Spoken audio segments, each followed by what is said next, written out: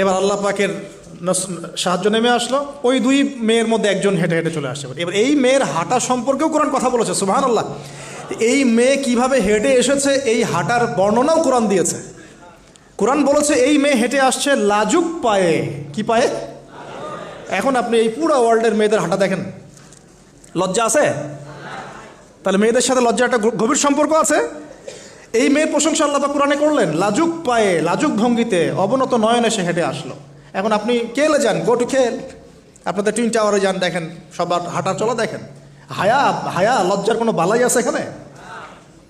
আমি গত লেকচারে বলেছিলাম যে আদম আলাইহিস সালাম এবং হাওয়া আলাইহিস সালাম, ইবলিস তাদের সাথে প্রথম যে আচরণ করেছে ওই ফল খাওয়ানোর পরে, সেটা কি?